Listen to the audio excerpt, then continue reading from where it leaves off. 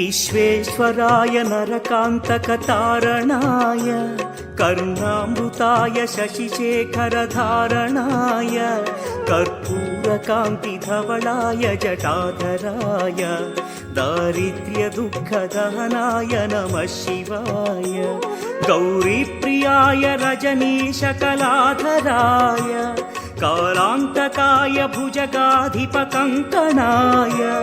गङ्गाधराय गजराजविमर्दनाय दारिद्र्यदुःखदहनाय नमः शिवाय दारिद्र्यदुःखदहनाय नमः शिवाय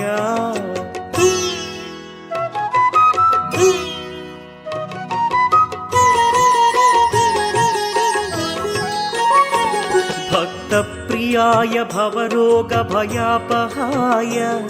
उग्राय दुःखभवसागरतारणाय ज्योतिर्मयाय गुणनामसुमृच्छकाय दारिद्र्यदुःखदहनाय नमः शिवाय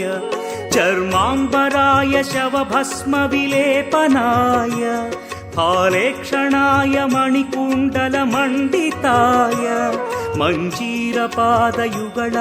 जटाधराय दारिद्र्यदुःखदहनाय नमः शिवाय दारिद्र्यदुःखदहनाय नमः शिवाय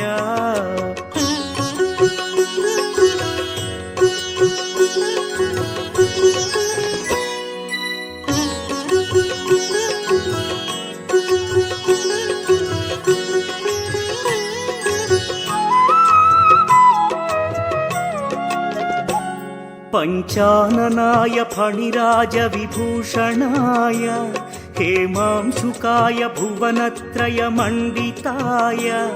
आनन्दभूमिवरदाय तमोमयाय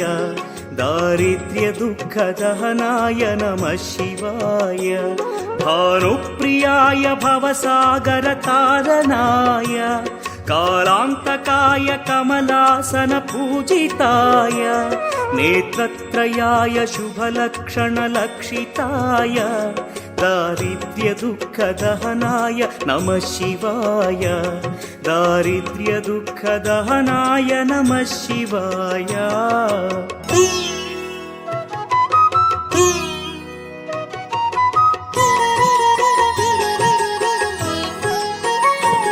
रामप्रियाय रघुनाथवरप्रदाय नामप्रियाय नरकार्णवतारणाय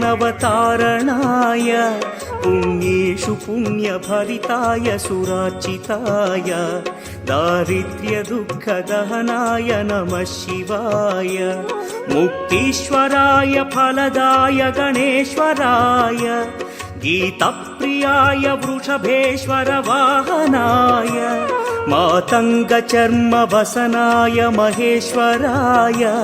दारिद्र्यदुःखदहनाय नमः शिवाय दारिद्र्यदुःखदहनाय नमः शिवाय